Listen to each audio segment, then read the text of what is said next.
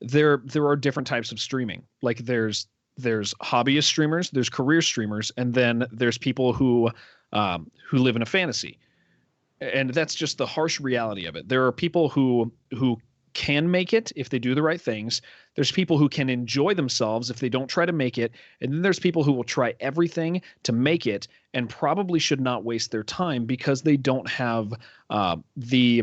It's not that they don't have the skill set.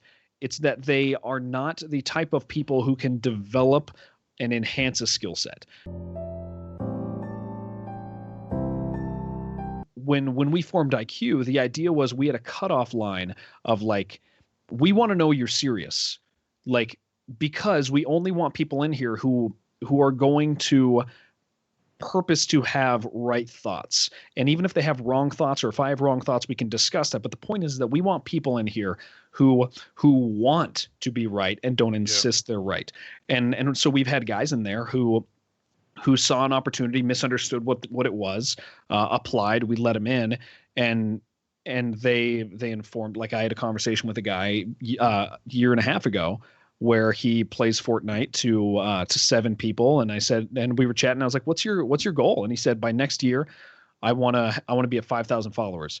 And I was like, "Okay, you're at 1,500. Yeah. You're at 1,500 right now. How are you going to do that?" "Well, I'm going to do community games." And we chatted, and I was like, "I don't think that's going to work because it hasn't worked for you so far." Like, and so we chatted, and over the course of a week, he was like, "No, this is going to work."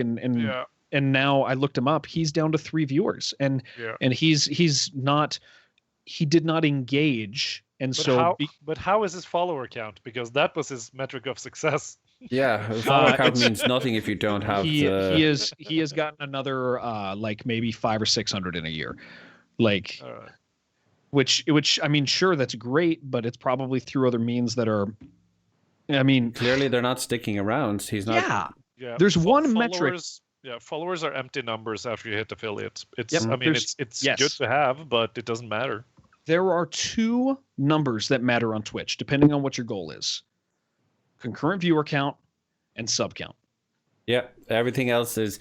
And that's true of like a lot of services. They kind of inflate the numbers just to make them look. It's kind of like Twitter, with what's it called? The engagement rate, where it's like engagement, yeah, 50 billion reach, and I'm like, that means nothing if only 2 people clicked on your post. It's amazing to me that that we don't seem to understand this, and it's because we place too much weight on certain metrics, and the reality of it. Here's a funny thing. As I've gotten, so for everybody who knows, like I run partner numbers, like partner application numbers, at least. Yeah. Like, my applications have been in. Sometimes it takes, the way the application process works, sometimes it just takes quite a while. And the reason is Twitch wants to make sure they have people who have actually formed culture, that have actually, they want to, the way the check mark works now is they want to know you're actually real. And here's the funny thing: as I've gotten closer and closer to having those numbers, I've actually started to trust their gauge of success more. Yeah. Because I see an actual change. I see, as my viewer count right now, my average for 30 days is like just over 100, right?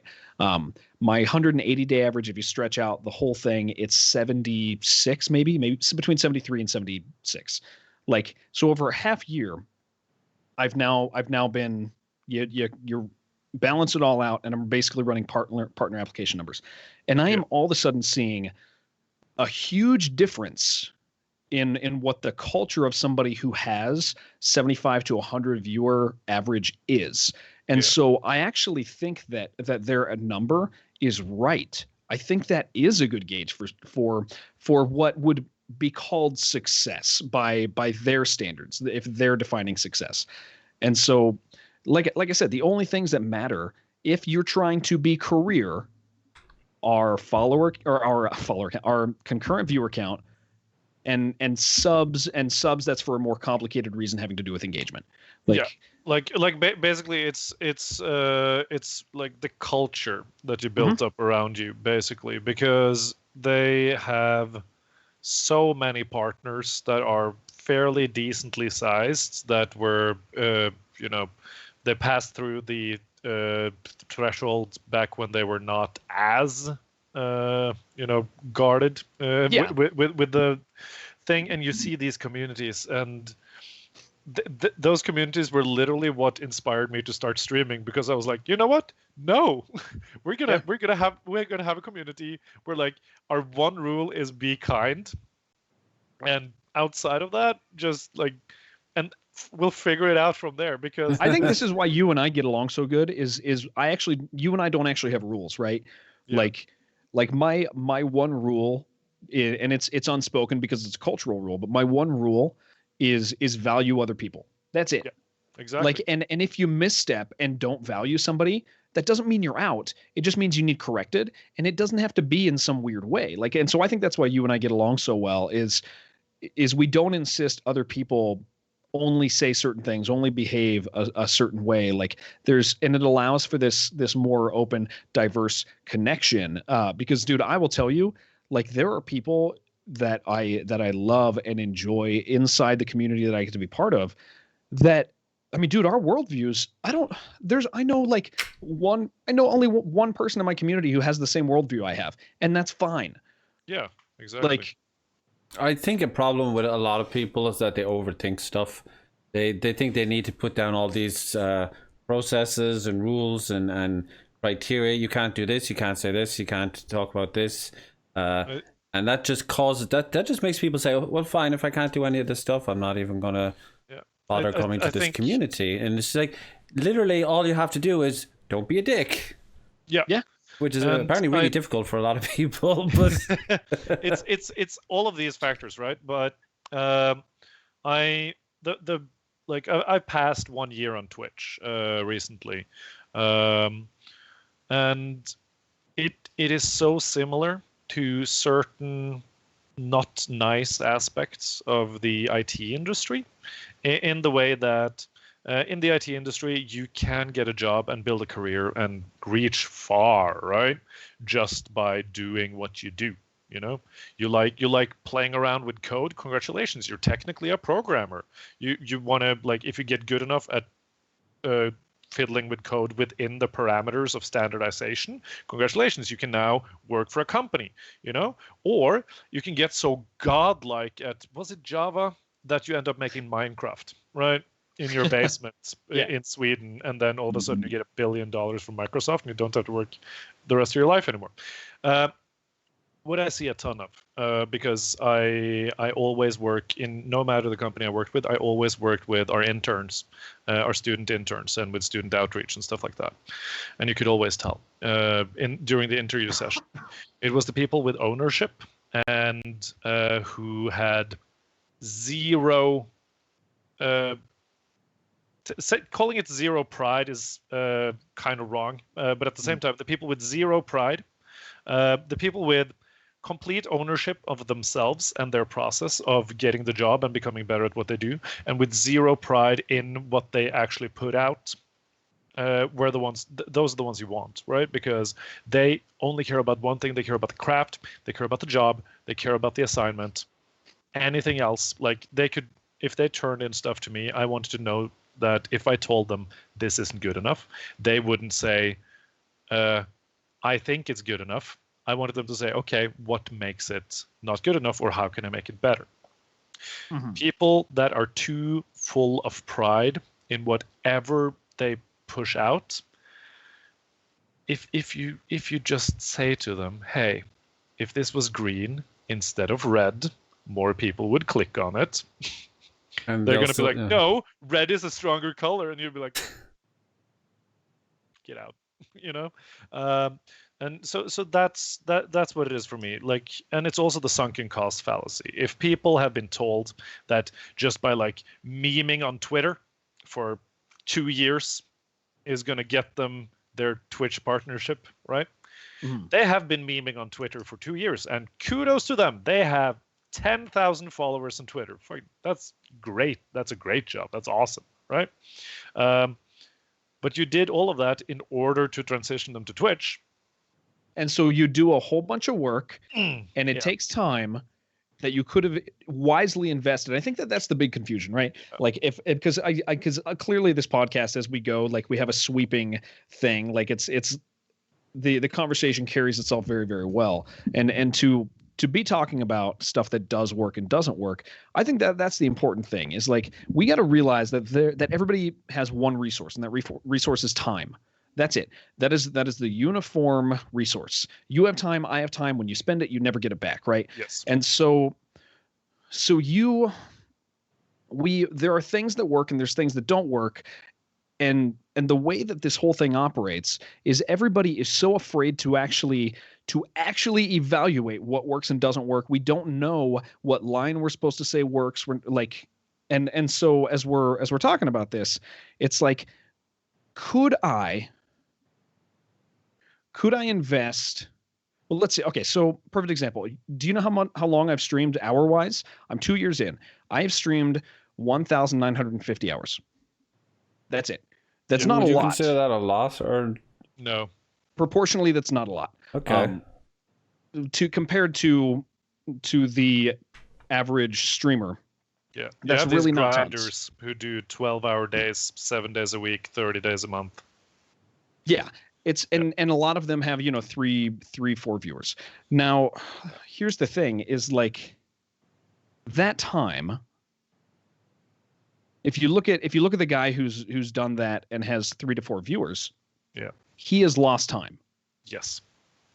Now, if you look at me, who spends very little time, like comparably on social media, other things like that. Like I don't have a substantial Twitter following. I actually made a YouTube channel just so I could stop saying the same shit to people all the time. Like people would be like, "Hey, can you explain this?" And I'm like, "Fine, I'll make a freaking video." If you go to my YouTube channel, it's the most low effort thing ever. I literally have a video that's like an hour and 20 minutes long explaining how to be found on a browse page, and it's an hour and 20 minutes because I couldn't be bothered to edit it because I'm like, I don't have time for that. But and Jared, you have to put out a video every week and have a really aggressive thumbnail and put stories on YouTube and amazing. I'm going to drop a name because it's a good name. No. Okay, if it's a compliment, that's okay. It is. Okay. And this is a discussion we've had actively.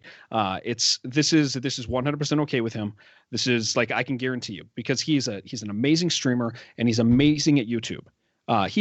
So my friend Drunk on Life, which I know you guys have seen on Twitter, Drunk on Life. Everybody should follow his Twitch because he's incredible. I do know who that is. Yeah. He's smart as hell and he's kind. And he, during this whole thing, after some of the Twitterites tried to cancel me, he reached out and we started chatting. And he was like, "Hey, dude, he's like, I'm running tests. I'm running numbers, my own, other people's." And he's like, "I have a YouTube that has a decent amount of followers." He's focused on it for a couple years, right?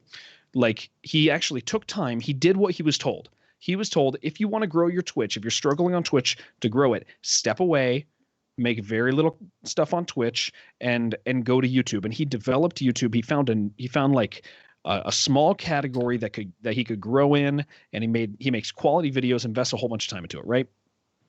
So he approached me and he was like, "All right, so I'm running numbers, running links, seeing how many people click through, seeing how many people come from that location, asking people." It was like a 1% transfer rate.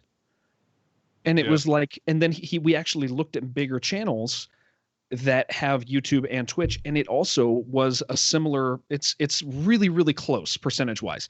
You have about from off platform, you have about a 1% rate of transfer. And so here's the thing: how much time did he spend on YouTube? A lot. How much time did he spend, or how much time do these people spend on Twitter? A lot. Mm-hmm. And here's where it's important to make a division. Spent that time interacting with their communities on Discord, for example. Dude, absolutely. Yeah, it's making friends, right? Making friends. Okay, it's a funny thing you mentioned that, because my Discord, like this week, will pass my Twitter in members. There you go. Like, and it's so valuable because it's direct access. I'm not waiting for stuff to go across the timeline. Like I can be like, "Yo, guys, we're doing this thing. Come hang out." Like, but here's the thing: is like you spend all this time on Twitter, and there's a really important division to be made. And I think this is the thing that nobody's saying at all. There is a huge difference between gaming and chatting. Yes. Enormous. And doing them both at the same time. Doing them both is a challenge. You got to be really purposeful, and you have to actually make some really smart gaming decisions, right? Mm-hmm. But every tip that is on Twitter is for just chatting.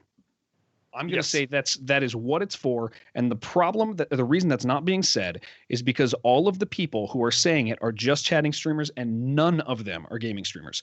Nobody, including the great people, the big names, the people with the big YouTube channels, understand anything about growing a gaming channel whatsoever. Fair addendum to that, though. Some of them are genius in the games they pick because they want to play games on stream. They play a lot of battle royales because 90% of a battle royale match is running around listening for shots, finding equipment. What do you fill that time with that is arguably pretty boring and, pretty bland gameplay, and also, attention-wise? Well, you chat, and then you have 10 exciting minutes of, shootouts, and then the next round comes and 30 minutes of conversation now and 10 minutes of excitement. Here's where I'm going to challenge you. I'm going to challenge you on that. Okay. Can I just say something quickly? Yes. Yeah. I just want to say that does work, but only for very specific people. Like the only people that are going to get any like traffic through like Fortnite and stuff like that are the pros. The guys who are doing tournaments and esports and all the big professional stuff, because those highlights are what those people are there for. They know they're going to see them. If you're just Joe Blow 69, you're not going to get. That's probably a username on Twitch. You're not going to get 500 people watching you. You're not even going to get 200 people watching you because they just. Joe Blow 69. That is actually good. I mean, I went with Joe, then just Blow popped into my head because it rhymed, and Blow. It's good. No, it's fine. It's fine. I'm checking to see if that name is taken. Joe Blow is a beautiful person. Check him out. He actually does exist. Because if he didn't, that would say API error. So hey, see, Joe Blow doesn't have much of a career on Twitch. But Jared. So here's my challenge to you. Here's my challenge. We are told that works, Seth. Yes. Have you statistically seen that works? No. Have you looked up somebody on Solinome? Yeah. And seen if that is actually a viable growth strategy? There are two guys. There are two guys. Yes. They have a little dip, but nowhere near the rest of the now how much because is it one of the guys we talked about earlier? Yes. Okay. It's now okay, proportionally to the rest of his stream. Yes. If you look at the timetables, he only plays for an hour each time, and then he jumps off of it and back to just chatting. And that is because his numbers drop and he fancies himself a gaming streamer. But here's the thing. He also is above a certain line of viewership to where, like, once you so that tactic is not going to work for the guy with 10 viewers and just chatting. No, definitely not. It's definitely not. And so we have a couple categories we have to talk about when we talk about growth, right? Here's the deal. You have viral people that cannot be used as examples because they're viral. I know one person who went viral on purpose, and it blew my mind. No Hit Jerome is one of the most fantastic people I've ever met. He worked his ass off, took a huge risk, bought a whole bunch of WoW accounts, 18 mages, multi-boxed, hunted down big streamers, went viral because he was a jerk, and then was really, really kind when they showed up. It was genius, and then he did a 48-hour stream and didn't die. He's incredible. Jerome is a great friend of mine, and Jerome is the only person I've ever seen purposefully go viral. And it took a lot of work, and he actually had to run tournaments for the Dark Souls community, 150 viewers before he did that. Like, so he did a thing smart and then went viral on purpose. Yeah. Nobody else does that. He's an outlier.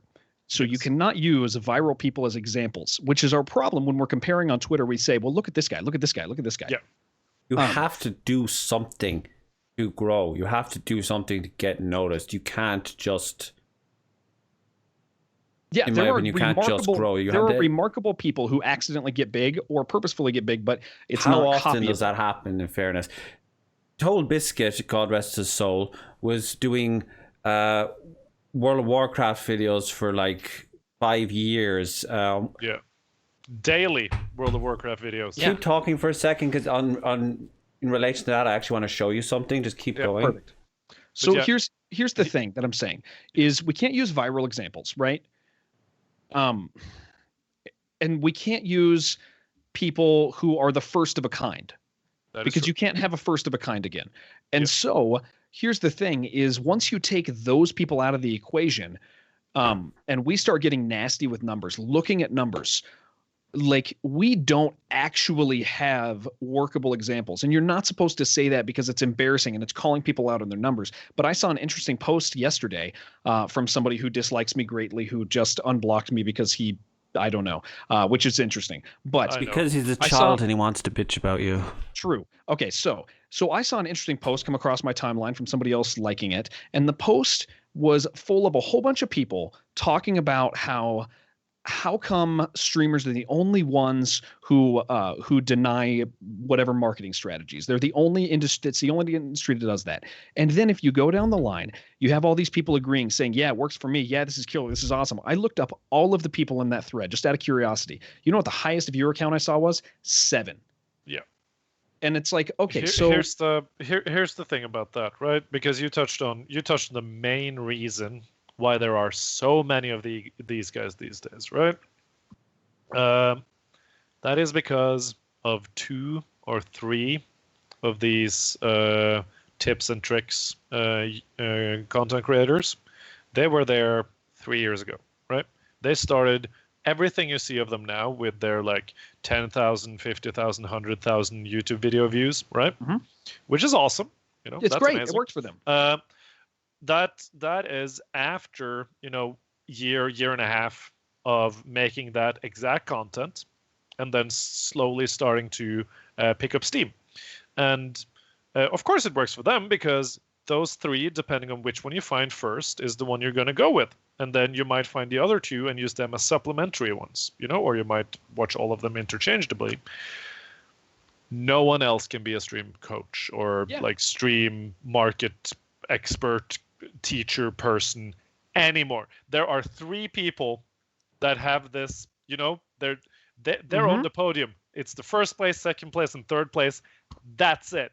Anybody else who tries will only regurgitate what has already been said, and they will not have the numbers to back it up. And here's my problem with that is those people every single one of them did not actually hit measurable, disproportionate success until they changed to being teachers, which means that the things that they're teaching work for people don't actually work because it didn't provide them success. Because their success is not based on the things that they're actually telling you to do to get success.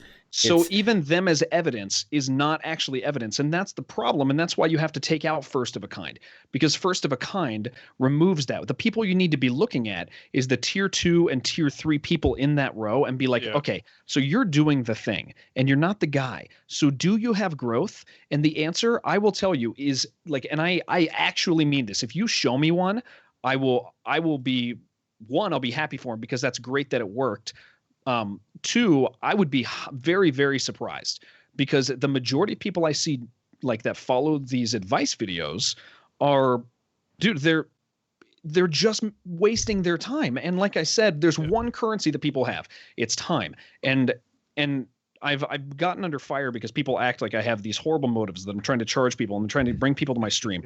I'm here right now because I don't do advice videos on my channel because my channel's not for that stuff. It's for our friends. Like 1 or 2 videos saying this is what to do and that's it. And can I just say though, Jared?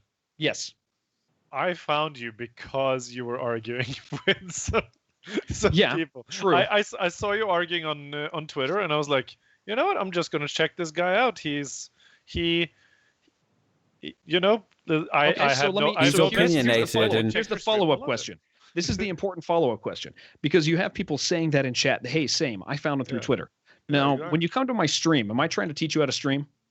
No, it never. Okay. You never even brought it up. Like, so, do you stay on my stream to get something for yourself, or are you getting just enjoyment? What I guess, like, and I've only been watching you for a couple of weeks. This is entertaining. That's literally it. Joe Blow 69 is not entertaining. Joe Blow 69 is trying to get headshots in Fortnite for 6 weeks straight while failing miserably. You are doing crazy, stupid, brilliant, terrible things, and they're just so random and they're funny. And now here's the opposite side of that. The big guy. When you find his videos, you go to his stream and you watch him. And what's going on? He's talking to people, he's answering questions because that's the bulk of the stream. And then when he wants to play a game, he switches to the game, but chat still wants that stuff. And so the idea is like, sure, have I benefited from Twitter? Yeah, I guess I have, mostly because I've met some of my closest friends on the platform through that. There are so many people that I've like Sep, freaking Zombie. I love Orange. Like I see Fem is here. She's fantastic. I actually Fem is. I Everyone watch her needs and to don't remind tell Fem her. of just how amazing she is. She thinks she's not, really but good. she's just funny. She's just entertaining. She's She's engaged with everyone that speaks to her, and she's just a fantastic human being. Okay, and so I watched her yesterday. I watched her yesterday, and she doesn't know because I don't tell her because I tell her all the time. She won't listen. I'm a habitual lurker. Like I don't chat. But so have I benefited from Twitter and from Twitter arguments? Yeah, I guess I have.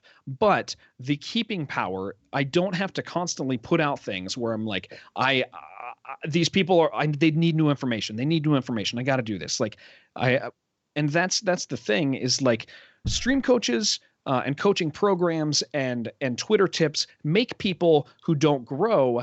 It makes people imitate them, and all of a sudden you get this really weird digital human centipede where like the fourth guy in the row has like 3 viewers, but he feels really really good about it because the top tier stream coach liked his tweet, and that gives you a chemical response that makes you feel successful. But the reality everyone of it, wants to think that they're special. yeah.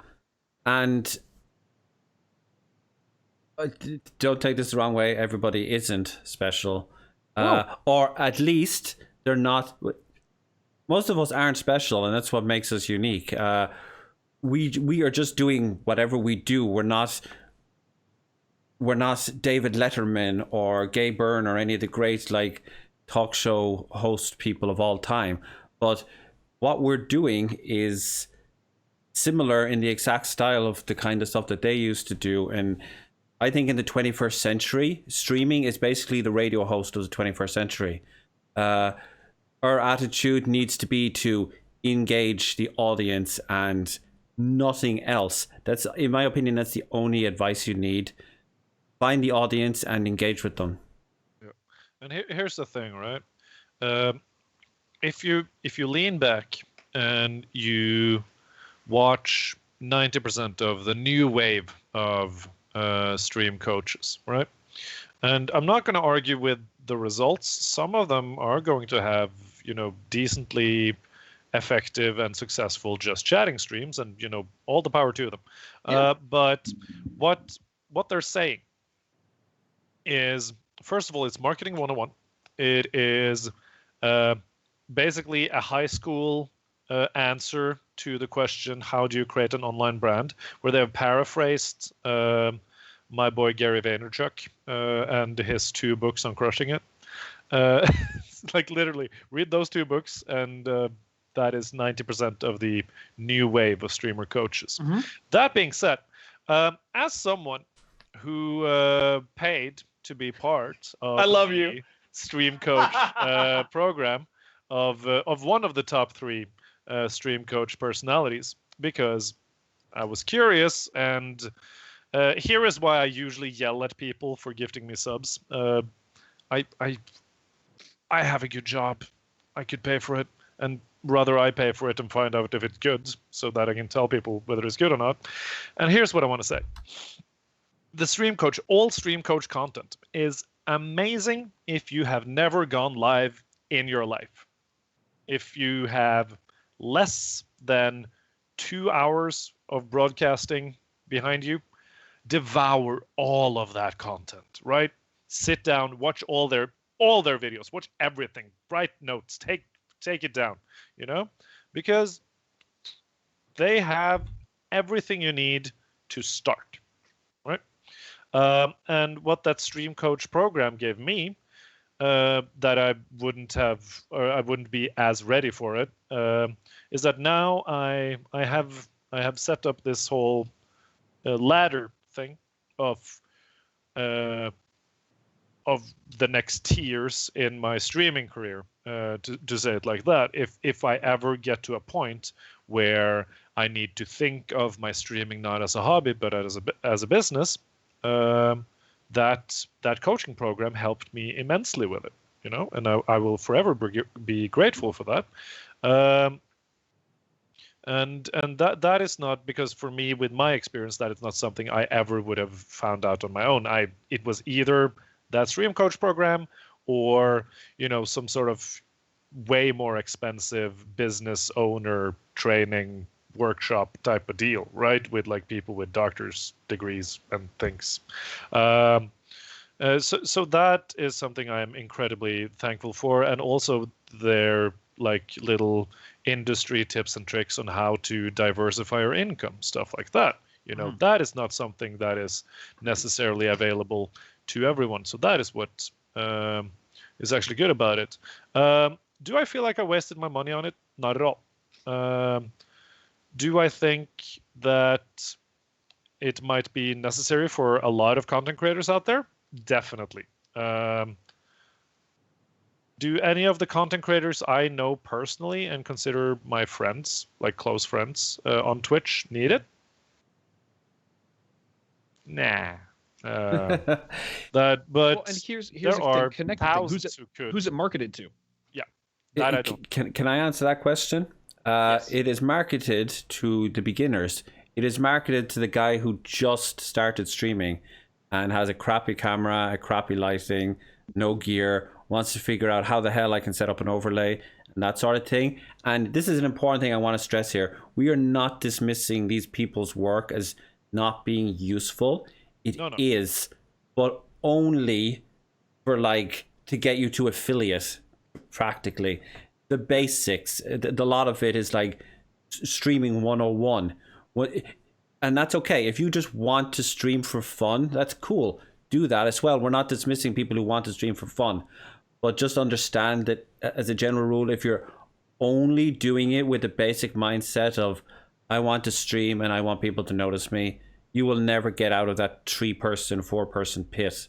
It took me months even just to figure out how to do that.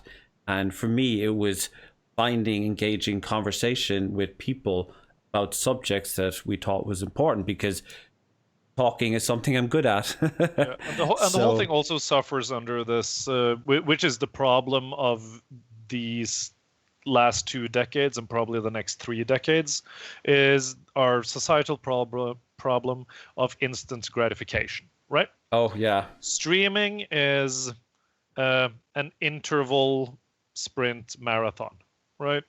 You're basically running a marathon as an interval sprint, and it sucks. Right? It's anyone a who job.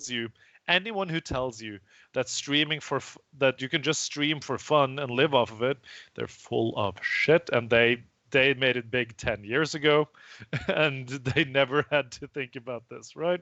But getting from affiliate to partner, and from partner to I can actually live off of this, or whichever comes first. That's very important. Partnership. Is the worst slog you'll ever put your mind to.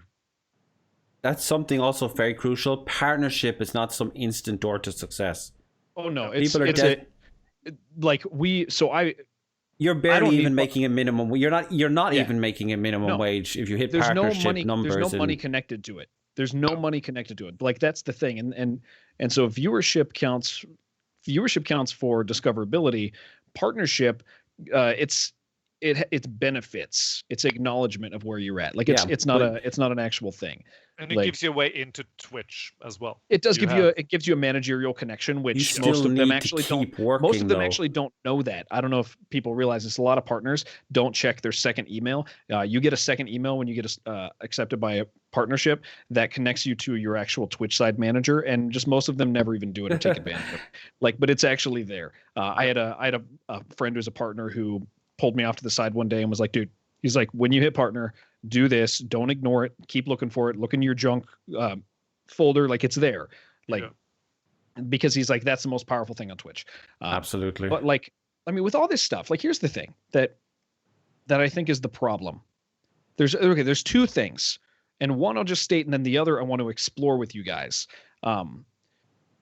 So the one I'll just state is all the advice that people are commonly given is fantastic for just chatting. We've said that already, but that's factual. And the reason why is because the line of discoverability on just chatting is 40.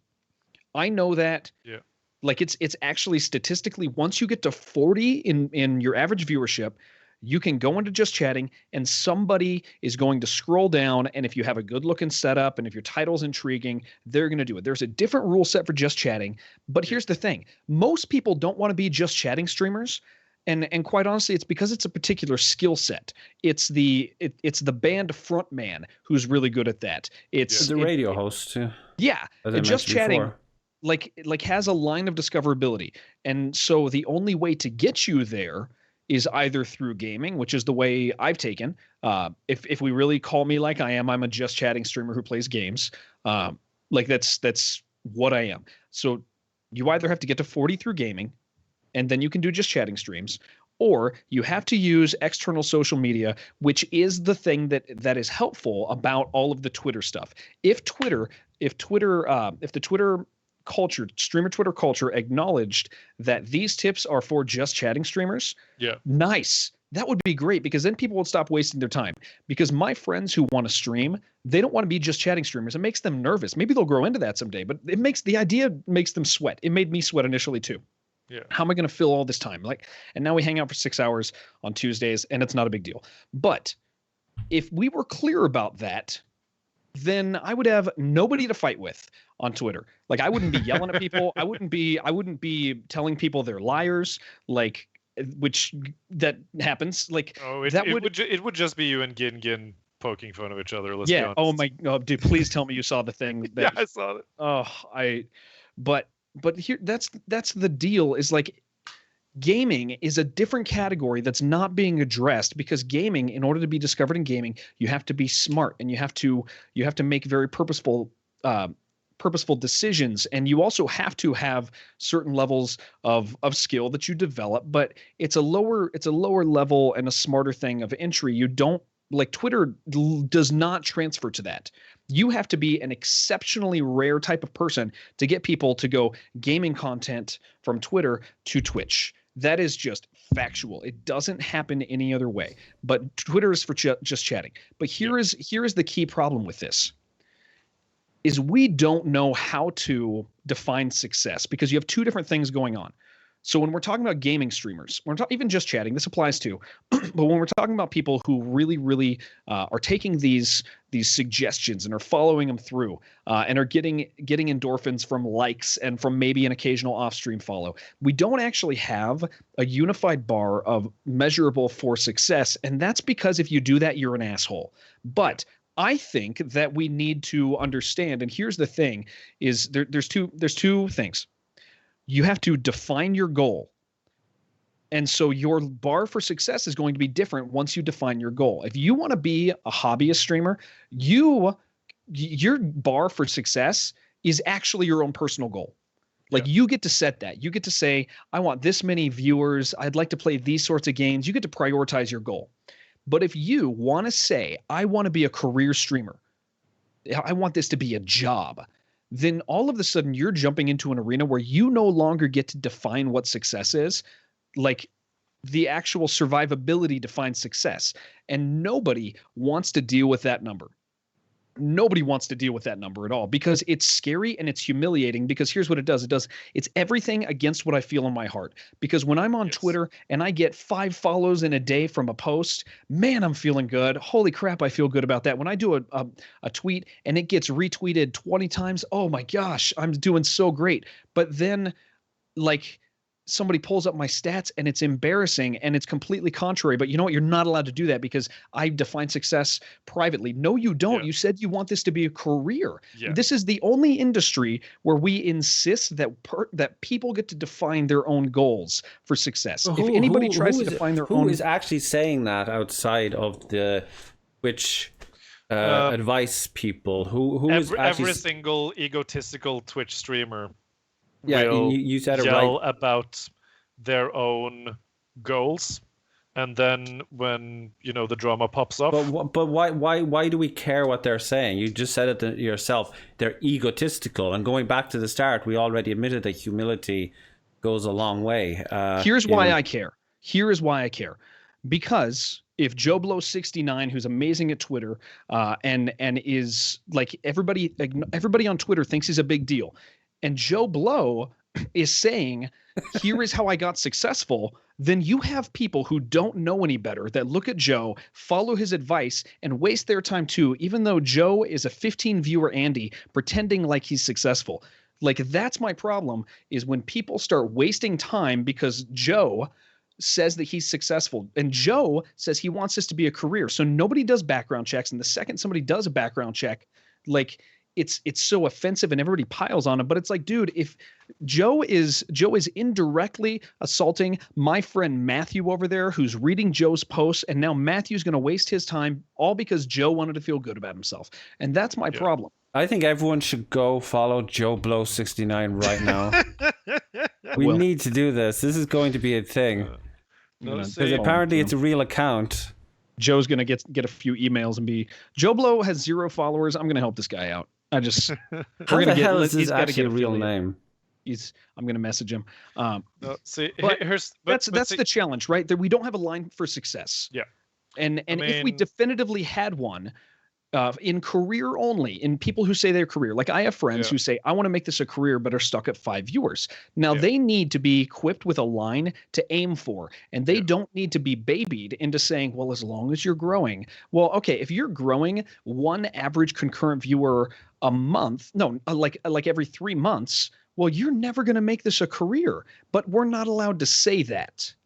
Yeah, no, because the thing is, right, that's the good thing and the bad thing about this age of content creation, is that it is up to anyone to decide why they're doing it, right? Mm-hmm. And which is completely okay, but don't change it when somebody puts you up against the wall and says, for example, tells, like, if they say, like you said, Jared, they say that they want to make this a career, and then someone tells them, like, okay, but you're it's not your career now, so don't tell people how to make it a career yet.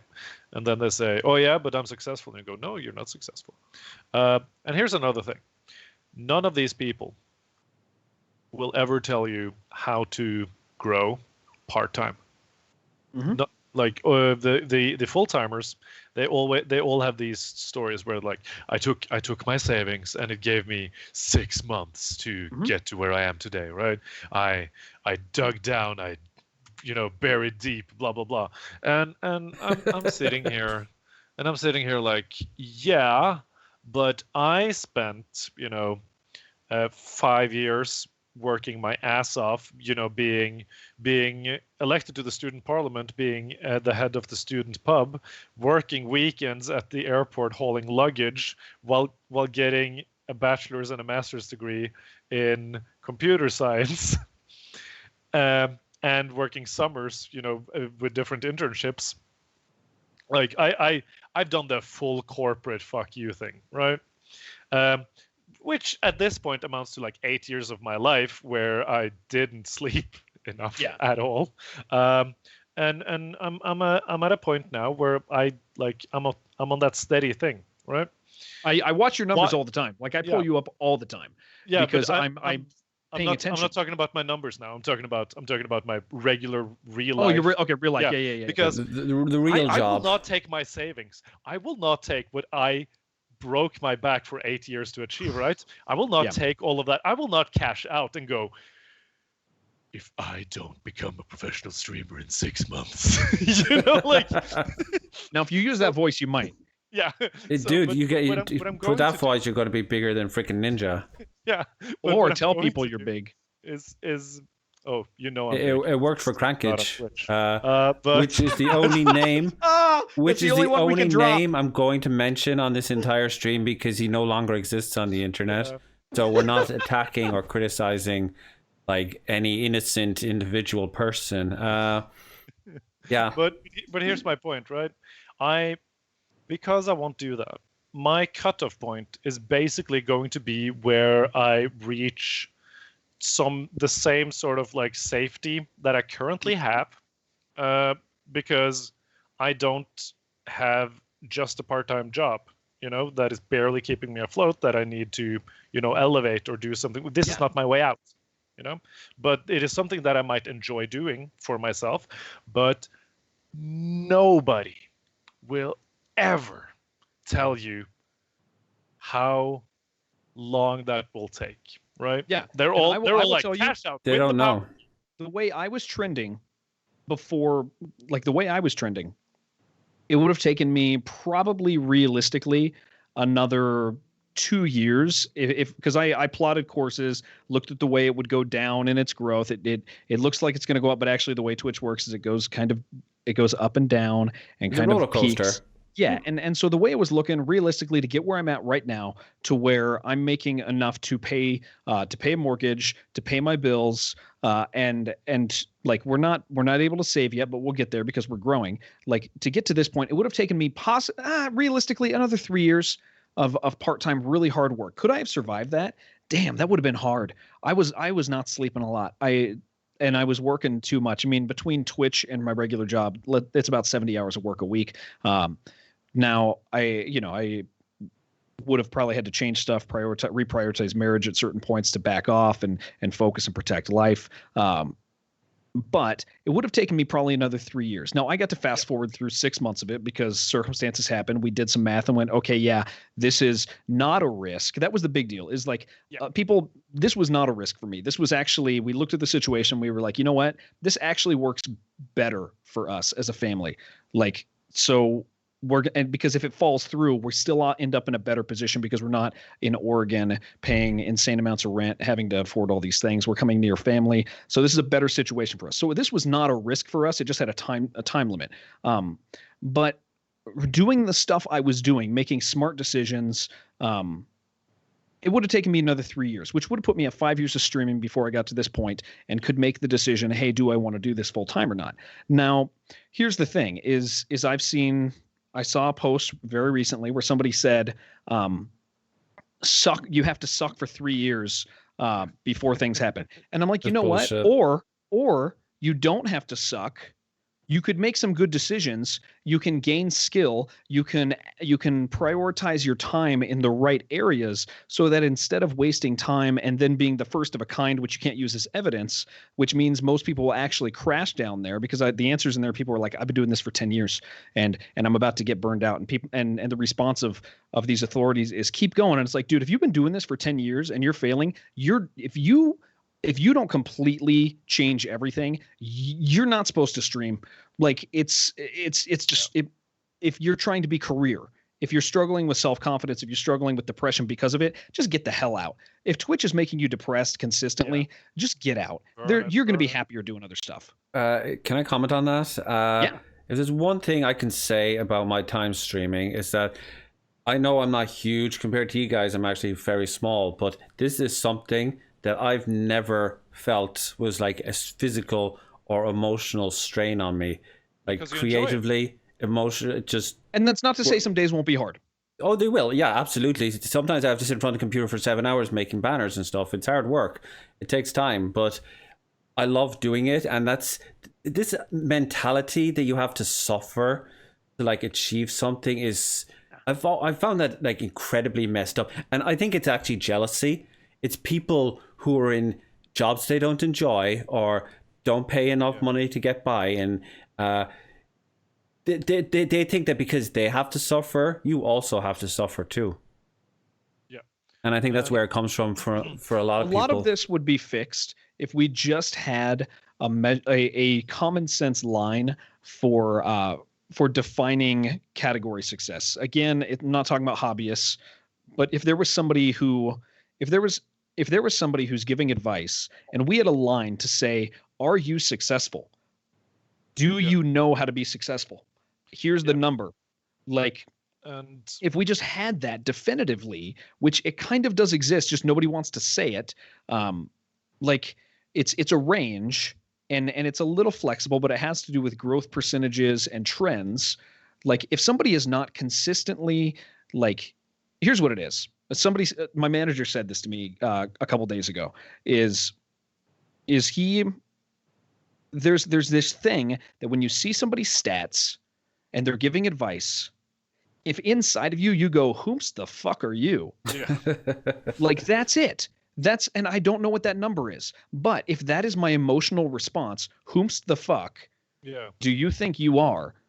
Like, then they're not succeeding. But if I look at somebody, every time somebody says something, like on Twitter, I look up stats all the time when people are talking. If I see somebody say something and I see that they are 200 viewer average and they've been that way for a while, I go, okay, maybe they got something going. And then I look at it and I go, okay, well, they're not growing. They're kind of shrinking. So maybe they need to make some adjustments, but they do have some experience. Or if I see somebody who has like, 80 viewers this month, 90 the next, 110 the next, and they've been doing this for 6 months, I'm like, okay, this person probably knows what they're talking about because they're not viral. They're not a first of a kind. They probably know. And so I have an emotional response when I look people's stuff up and I go, okay, authority or not authority. And the problem is the self-proclaimed authorities don't have those numbers and they say numbers aren't important, but you're like, yeah, they actually are. You just feel that way because it's embarrassing. Yeah. And the people who have the numbers are working their asses off. That's the livelihood. The numbers is the livelihood. That's how content creation is. What you're saying is don't go on Steam and make really crappy RPG Maker games and then claim that you're the master of streaming. Well, that brings up a really good point, by giving out 10,000 free copies of your video game that nobody actually bought before. This is very, very important. It's great that you bring up the whole crank thing because... Zombie, we need to call this something. This needs to become a thing. We need to get this on TV tropes. The crank effect. This is the crank effect. That's where you're 100%. Let's make this an actual thing. We're defining this as the crank effect, okay? Misplaced authority.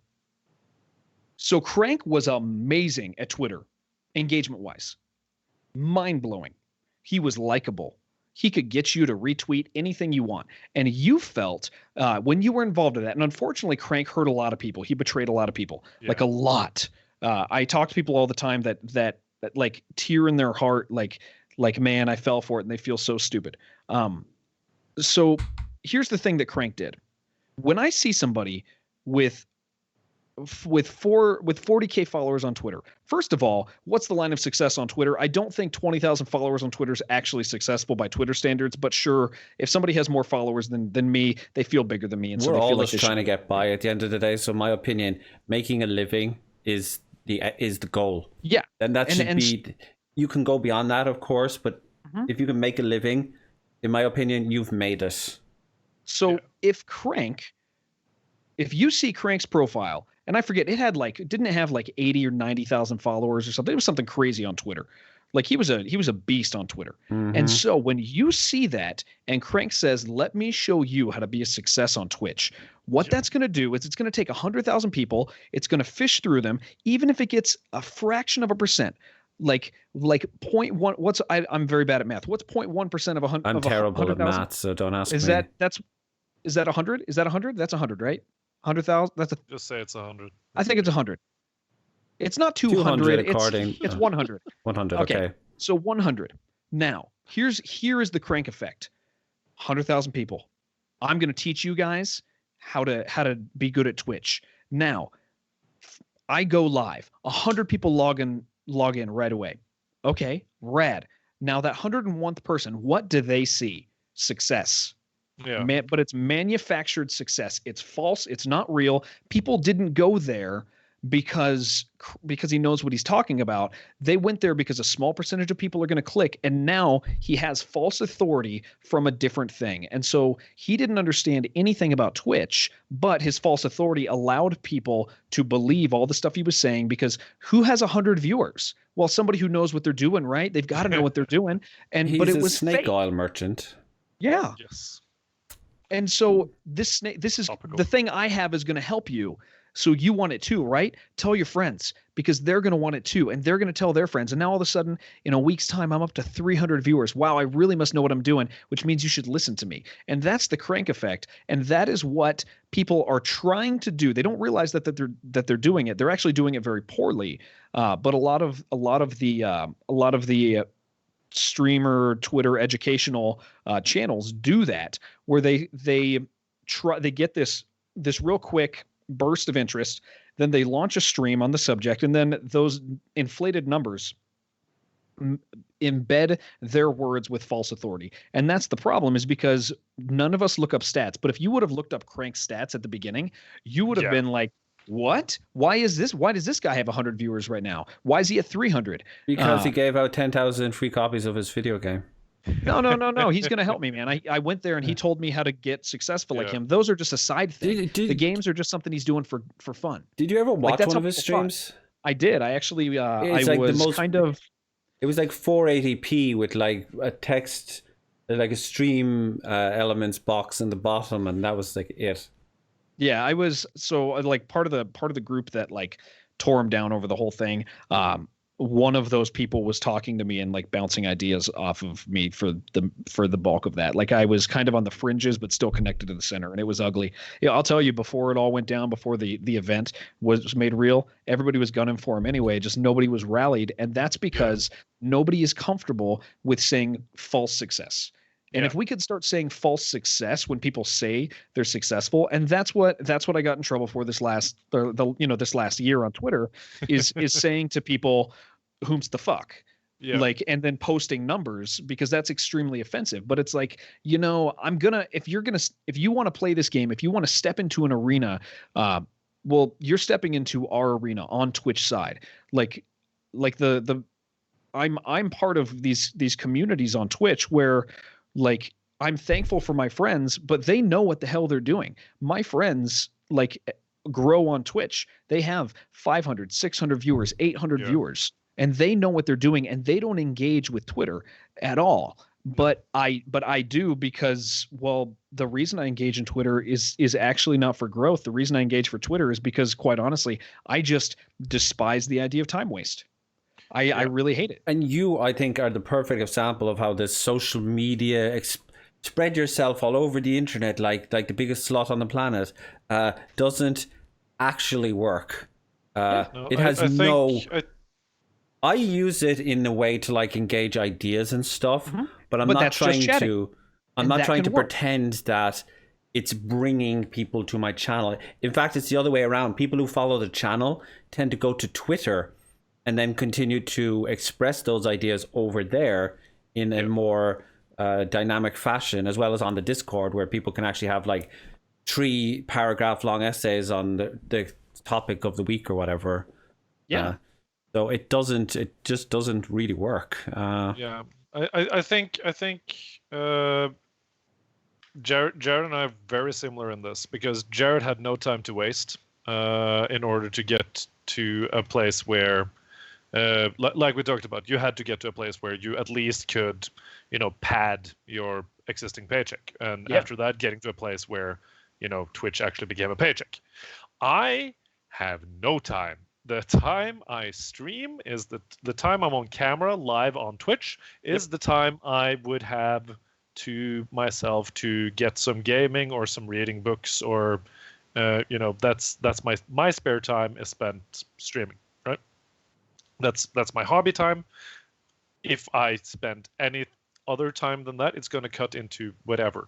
So I can't be on Instagram, and I won't, because I work in psychology design, so I'm never going to use that thing. I can like tweet whatever I feel like on Twitter, because that takes me 2 minutes when I'm sitting and taking a shit anyways. Instagram is like the best and worst of humanity in many ways. And when I need a break, I will talk to my friends or make new friends on Twitch. Like that's what I can do. I can make whatever post I feel like on Twitter, because I am never gonna like try and time my post or like try and get these huge posts, whatever. I have time to stream, because I enjoy streaming and I enjoy chatting to the lovely people in my community and all my friends stopping by. And I love watching streams and making new friends or just catching up with old friends. Yeah. Those are the three things I can do, and I'm pretty good at those three things. The Twitter thing doesn't give me shit for growth. Yeah. But I do it because I enjoy it. But here's the thing. It doesn't give anyone shit for growth except a select few of people who think it does. They're well, no, that like there are a few people who do very well from Twitter that use outrage tactics and things like that, but it does translate.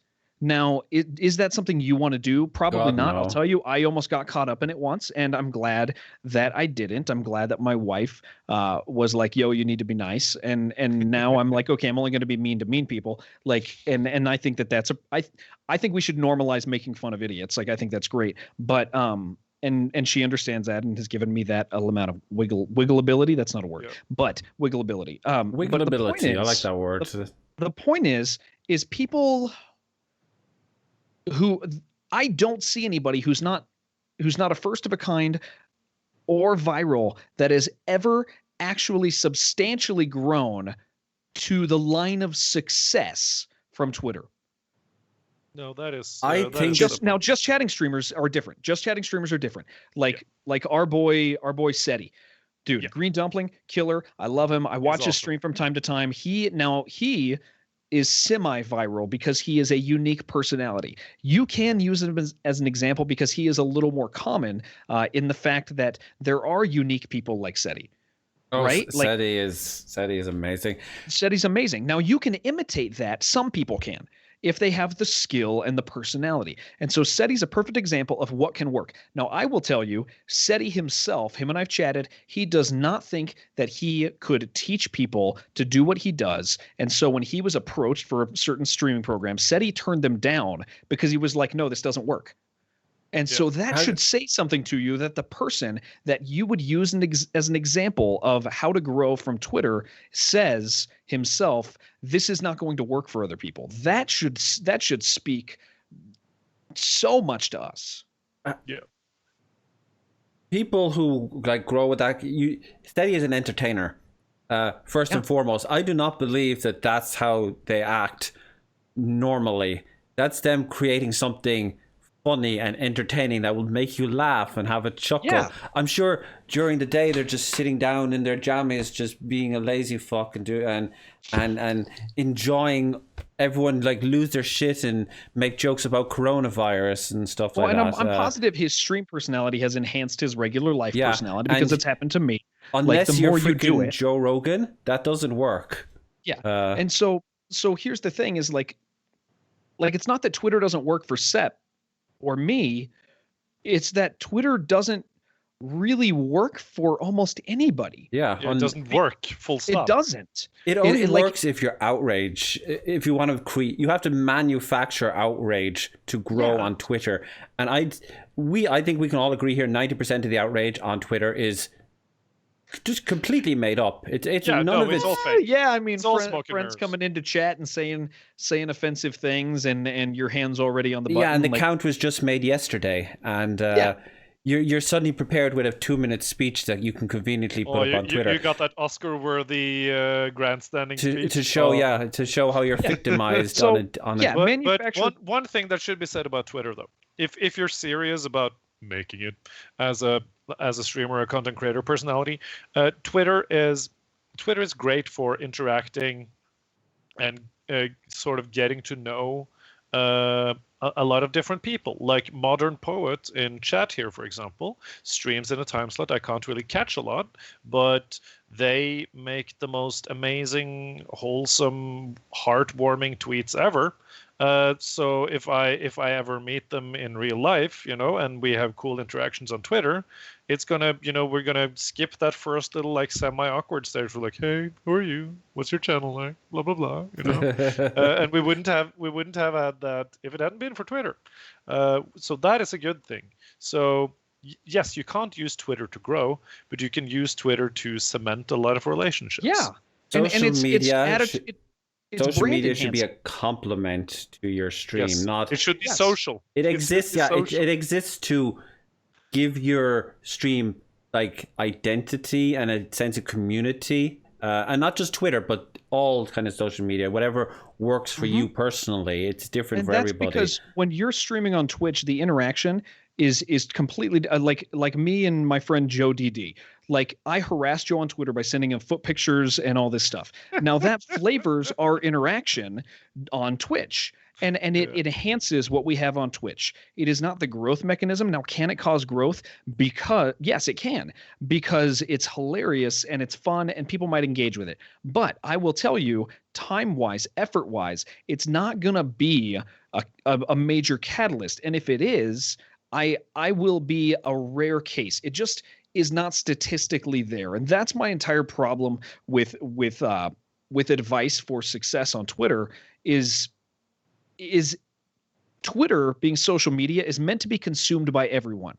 That advice is meant to be, is factually effective for a very, very, very small amount of people. And so what it does is it hurts the people who think it's going to work for them. And not only that, it also provides that specific endorphin kick when I say something encouraging, saying, this really worked for me. Dude, thank you so much for this advice. It really worked for me. Well, let's look at your stats. You know what? You were at 5 viewers. Now you're at 7. Now, is that good? Yes, it is. It's nice. But can we say it's a direct cause? Maybe we can't. But at the same time, if we're gauging that, if you're a career person and we're gauging that by this is my success, like I want to be successful, well, that's not actually a thing you should feel good about. I got a text message from a friend the other day that said that he's been streaming for months and he said, I'm finally at 23 followers. Now my response to that needs to be, hey man, that's nice that you got another follower, but you're doing something wrong. Because if you've been streaming for months and you're at 23, you're doing somthing wrong. And so can we evaluate? You don't have an audience if you're doing that. Nobody is watching you. On Twitter, if the way he would say that, he wouldn't say 23 because he wouldn't be exposed like that. But he would say, I grew today, and somebody would say, hell yeah, like that. Yeah. And they'd like that, and then that falsely infuses that with a sense of success. But that one follow is not actually a success. It just is it good? It's the sickest. Like I get so sick of it because I've worked in marketing. I work with numbers and statistics and usage data. And when people like, oh, I made this follower number, right? Yeah. And I'm just sitting there like, that number doesn't matter. It doesn't mean anything. That's not that is literally not a number. That's not a metric. It's a number, sure, but it's not a metric. It doesn't mean anything. You know, a guy with 200 followers on Twitter, if he has 200 likes on his posts, he is way more valuable than someone with 100,000 followers on Twitter with 3 likes on their posts, right? Or with 300, whatever. Because there is no reach, there is no relationship, there is no weight, there is nothing. It's just, it's just the freaking squiggles. Aviana made a comment there that I would like to respond to that I think is quite important. She was like, if Twitter doesn't really work, how about all the other social medias? And generally, this applies to all social medias. We only use Twitter. Oh, I have such a good answer for this. We only use Twitter because it's the most in your face kind of social media. But I know numbers on this stuff because I care about this. Instagram has the worst click-through of anything. Statistically, to build your stream, the worst click-through. Like it actually does. But here's the interesting thing. TikTok, which is the thing everybody's told to do now to stream because you need to have a companion TikTok if you stream, right? There is a particular person that we won't say this person's name, but they are seen as being extremely successful in the Twitter community. They are the TikTok guy. Yeah. And I mean, you guys probably know who I'm talking about. Cool. Okay. Sept, you probably do. Yeah. And his videos, they're all streamer content. And do you know what his viewer average is on Twitch? 40. Nope. Go down. Has it gone down? Last I checked, he was sitting at like 27. And it's like, but everybody praises. I'm pretty sure. I'm going to look it up because I'm really curious. I can have more viewers than them, then. Yeah. And here's the thing. The amount of effort that he's putting into those is actually insane. Now, here's the other thing. Twitter streamer praises him. like really, really praises People him. love it's sycophants. This is the word we're looking for. They're sycophants. People 21. love to follow someone who's famous because they think if they get a piece of the famous pie, then that will suddenly make them successful. Even just having you here, I'm not going to lie, has been great for viewer engagement and numbers, but I did not pick you. We did not have you on because we thought like, oh, this is going to make me really successful. It's because you've been making a point that I feel people have been ignoring all this time, and it needs to be said. It needs to be put out there, and I want to get that message out there and make people understand that there's a better way to do this than just begging influencers for attention, which is what it boils down to. And Aviana, back to what Aviana was saying for 2 seconds. Social media works when you're creating content for that social media. Do not use a piece of social media to grow another piece of social media. It doesn't work unless you're very narrowly focused on what you're doing. Like a dancer might do well on Twitch if they have a TikTok, or an artist might do well on Twitch if they have an Instagram, but it needs to be a specific thing for a specific place. Or an Instagram vlogger might do exceptionally well in just talking. Yeah, and Instagram has systems itself that do allow you to make money, but you have to hit like thousands of followers before you even get access to that sort of thing, which I think is pretty smart, because it ensures that not everybody's just trying to get scraps of the meat. Kind of like on Twitch, as Twitch is right now, where it's everyone was begging for scraps. Yeah, but here's the thing, right? With social media. And I can't believe that we're having to go over this again, but this was talked about when Facebook was out there, right? People like, oh, everyone's so depressed because everyone's fronting their best life without acknowledging the suck, right? When Facebook was in its infancy, people were like, oh, this is so bad. People are only showing the good shit, so everyone who's struggling will feel really bad, and they will like cheer on the people that are doing well instead, because that makes them feel like a tiny little bit good, because that's how the entire service is designed. That's what's happening right now. You're right. I grew today, and people are like, oh, fuck yeah, that's good, because if one guy grows, that means I can grow, right? So they don't go to check in. So people are going full fake it till you make it, and people join in on this very comforting alternate truth. I'm not going to call it a lie. And they feel like it validates their own struggle, because if this guy that you've checked out and he's objectively not as good or better than you are, if he grows, then you feel like, then there's hope for you too. But you don't stop to check that, his growth is actually bullshit. And that's the core of the problem, I feel. And the question here is... It's the illusion. The question is, why do we give a shit, and why don't we just ignore these people? That's answer, my approach. Here's my answer, and here's why I engage. Because I was once a sucker. That's literally it. Like, I have been a person in my life who has just believed what he's been told. And so even though like there are people in these coaching and streaming circles who will paint me as somebody who has ulterior motive, who just wants your money for coaching, who just wants all these things. Where's your ebook? Where is your Well, okay, so here's the thing. I have a decent sub count, because people are generous and incredible. Because they enjoy watching you stream. It's now that's the thing is I'm very purposeful in not having streaming content there, because that can't be a connector, right? It cannot be, because then that all of a sudden that makes it appear that they're right about this. The reason I care is because I'm an idiot, and I understand there's other idiots out there. And so when I started streaming on Twitch, I did really, really well, right? Like right off the bat, like I said, my first several months of Twitch were 10% growth in every category. It was 10% growth weekly is what I wanted. If I had 10 viewers, I wanted 11 the next.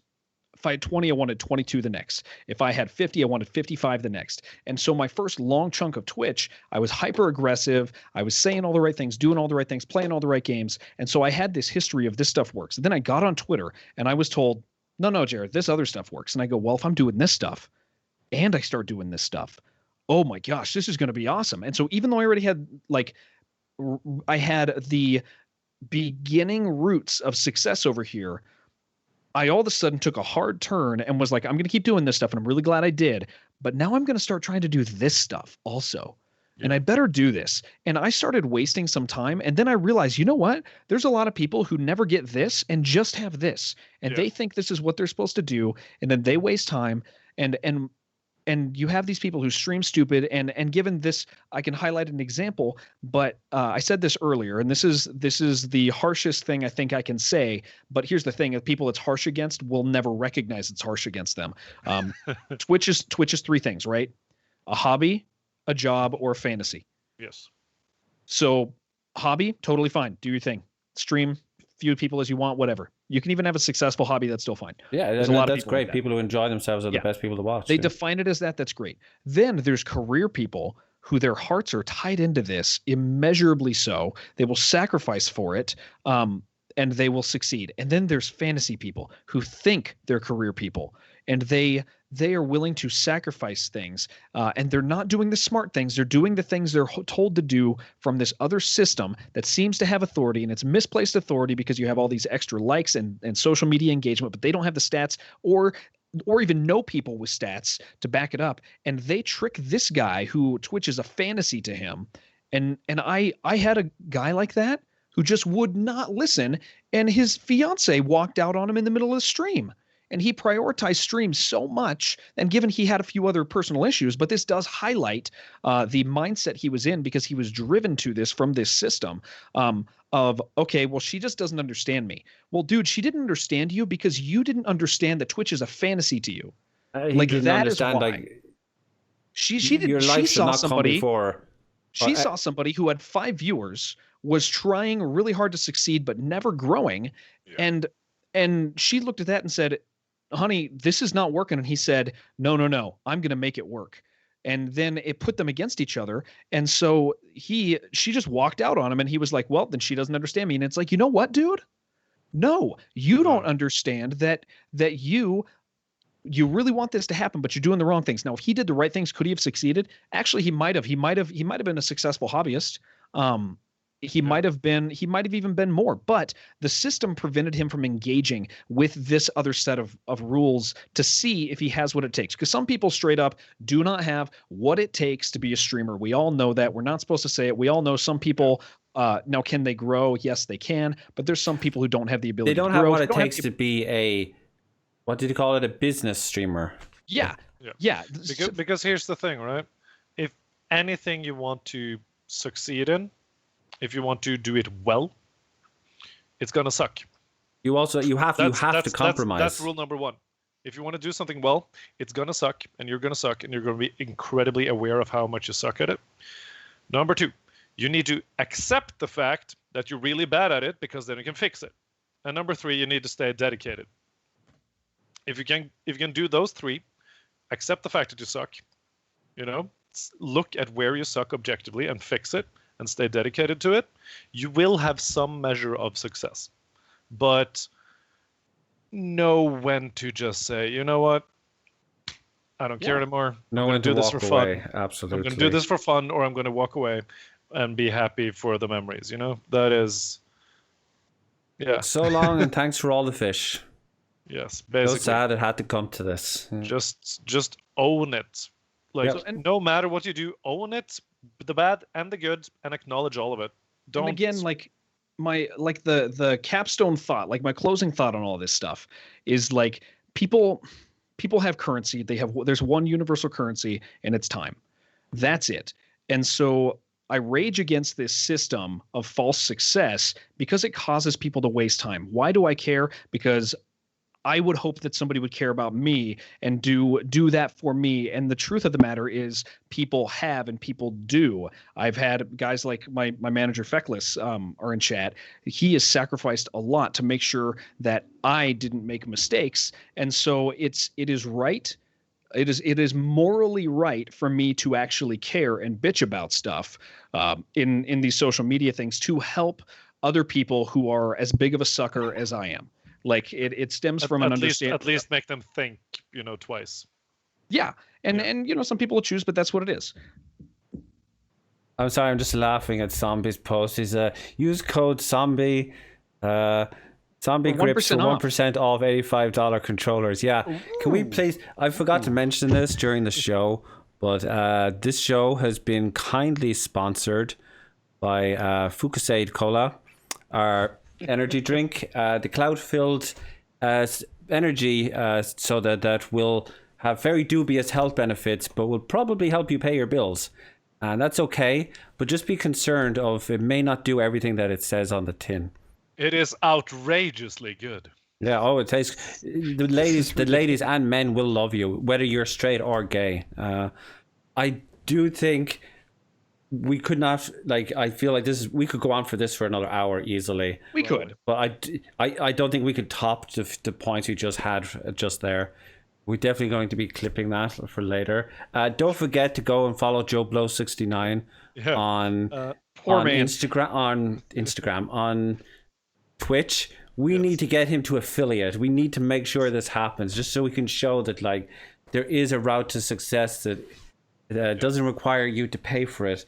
Before we go, should we round it off with our one tip if we could give everybody one tip for streaming? Go for it. Yes. I wanted to show Jared something, but go for it. No, show it first. Okay, so you're a fan of Total Biscuit, right? You have a strong appreciation for what he did. I would say he's highly influential. Still, he showed me that you can enjoy the industry and be smart and discerning. Yeah, don't compromise. Be a critic. He is the whole reason I did this. I wanted to take his show format, but turn it into something more serious and focused. But and occasionally spit one of the biggest game companies in the face, like Blizzard. Oh my god! Yeah.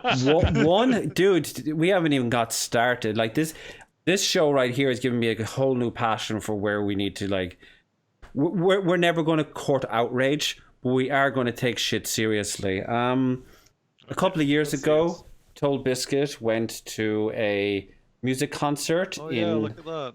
In England. I can't remember what it's called, Bloodbath or Bloodfest or something. And this was the flag from that he used to have in WoW Radio back before he became a successful streamer. That is and vintage. This is one of the small little bits. He put it up on auction on eBay, and it's one of the few things I have to That's rad. Remember the man by. And F in chat for TB guys. F in chat for Total Biscuit. If it was not for him, I think many of us wouldn't be doing it. John Bain, fantastic man, always honest, always sincere, always got bullshit for expressing his own opinion. Oh yeah. But it never stopped him being bigger than all the people that told him he would never achieve anything or be anything. So we do not pre-order. Say that? We do not pre-order. Indeed. I don't pre-order. I refuse to. And he's the guy who told me why that's a bad idea. And I was like, I used to work at GameStop. I'm the enemy. I ran GameStops for years. Yeah, but now you know better. We all make sacrifices. We all do what we must. So yeah, if you had one bit of advice to just sum it down to a tweet. All right. Cannot have more than 240 characters. Okay. I can go first. Do it. Make friends, real ones, and don't be the viewer that you wish you had, and never expect anything in return. That probably went over the 240 character count, but I'll allow it. I subtweeted. Jared? Define what you want to be, and then then make goals according to that. So if you want to be a career person, you have to take it seriously like a career person. If you're not capable of that, then maybe hobbies for you. But make sure you have a definitive thing of what you're capable of, and then move towards that, because it's about starting from self-evaluation, right? Like that's my biggest advice to people. Define what your end game goal is. This is turning into a tweet thread at this point. It's actually a tweet longer. Twit longer. But define define what your goal is, and if you're not trending that goal, reevaluate. Yeah. If I was to give a bit of advice, it would be my own slogan for the channel: talk to real people about big ideas and keep it outrage free. Don't indulge in the drama. It might give you a momentary bit of success from the people who want to suck up that drama like a vampire leech. But as soon as you stop appealing to their drama, you'll stop mattering to them. And then your audience will just go away and you'll have nothing left. So be a decent person and just become friends with people. Get to know people, like this lovely man over here that a couple of months ago we didn't know each other, and now we have daily conversations about and I fully admit I used to think that I had these ideas, and you actually came to me and you were like, no, that's wrong, that doesn't actually work. I don't know if you remember this, but you actually told me straight out, I don't think that works. And that's how we first started talking. I do remember we started with a light headbutt. Yeah. And I looked at it. I was so concerned when I saw that on Twitter. I was like, "Oh damn! I wanted Jared to come on the show." Well, you know, I'm better than that. What if they get angry at each other and then they become friends? And I was like, "Oh, thank God." The thing is, I listen. I listen to what people are saying, and I'm not willing to. I am willing to say, like, this is a valid point, and I need to analyze this, because facts are what matter. He had facts. He showed me the numbers. He showed me things going up. He showed me how working on specific games at certain times can offer a certain level of engagement and growth with people. And I was like, you know what? You're right. I should stop giving Twitter advice, because I had 4 viewers. And I sat down, looked at this channel, the talk show. We've been enjoying it for months, but I was like, this needs to change. This needs to move around. I need to put more attention into this.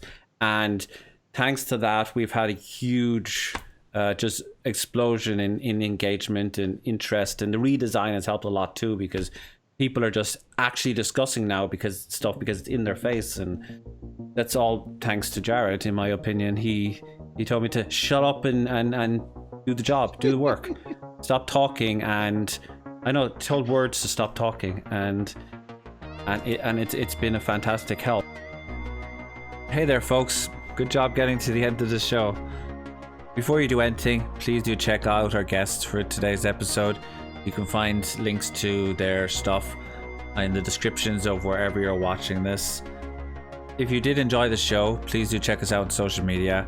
You can find us under No Word Count pretty much everywhere. We're on Twitch, we're on YouTube, we're on podcast apps and websites, we're on Twitter, we're on Instagram, and we will soon be on Patreon. So if you feel like you enjoy the content and would like to support us, that would be a legitimate way to do so soon. And you can also help us out with a subscription over on Twitch. That will help us improve the quality of the show in the future and continue to bring on engaging, interesting guests and have worthwhile discussions. Thank you for tuning in. Take care of yourselves. Stay beautiful.